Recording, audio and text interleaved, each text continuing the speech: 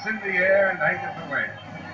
Annapolis cadets have that first moment of triumph when the diplomas are handed to the graduating class and midshipmen become ensigns. And with diplomas are the girls, and why not? Uniforms look awfully well with girls, and girls look awfully good with uniforms. But not all men in the Navy are ensigns. There are the sailors who have to learn signaling, who have to learn the problems of an obstacle course and stretch those muscles. But from these ranks, other than Annapolis, also come officers. Then there are the other Americans, training in the wax, ready to take their places alongside the rest of the men and women who believe in the heritage and glory of America. Paratroopers, representing one of the elite corps in the American military. And here is Brigadier General Benjamin O. Davis greeting some nurses in London. And here's the fighting son of that fighting general, Lieutenant Colonel Benjamin Davis, who commanded the famous 332nd Fighter Group in Europe. Yes, all kinds of Americans who sail the seas and fly the planes, and who know something about baseball.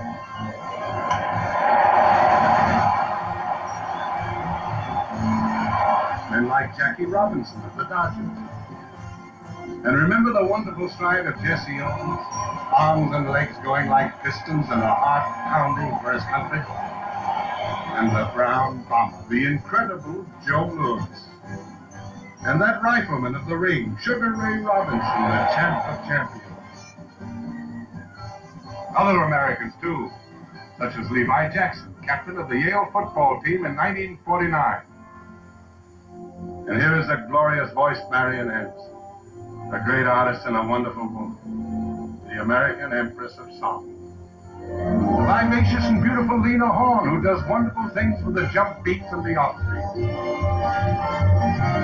And the incredible Ethel Waters, a woman who demonstrated that through hardship one may find the heart. And the titled gentleman of swing, Duke Ellington. And the gravel voiced, horn-tooting Louis Armstrong. And Eddie Anderson, who made Rochester mean more than a city in the state of New York. And the Limberlim Ferry Brothers, all these Americans who've entertained us and thrilled us. But there are others, like Justice Francis Rivers of the City Court of New York, and Judge Jane Bolin of the New York Court of Domestic Relations. And here is Dr. Benjamin W. Anthony, noted radiologist, and the Congressman, Adam Clayton Powell, Jr. of New York. And then the Right Reverend Bravitt Harris, a bishop of the Episcopal Church. And Irvin Mollison, appointed to the federal bench. Paul E. Murray, former Deputy Attorney General of California. And here is Mr. Paul Williams, famous national architect, designer of over 2,000 homes in Southern California, and one of the architects of the new $8 million hospital project that will house contagious and psychopathic diseases in Los Angeles. And here is your 1946 American Mother of the Year, Mrs. Emma Clement of Louisville, Kentucky, the mother of 7 children, all of whom are college graduates. One of them is president of Atlanta University. In 1950, another American won the Nobel Peace Prize, Dr. Ralph Bunche. Here he is at a United Nations dinner, a much honored, much respected, a very great American.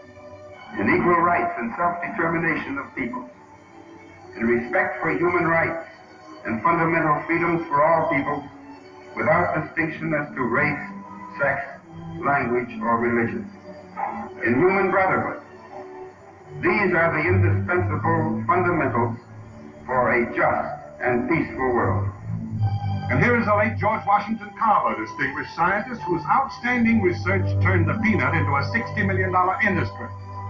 And in New York University's American Hall of Fame are the figures of many great Americans of the past. And among them is the immortal Booker T. Washington. Yes, all kinds of Americans. Residence, USA.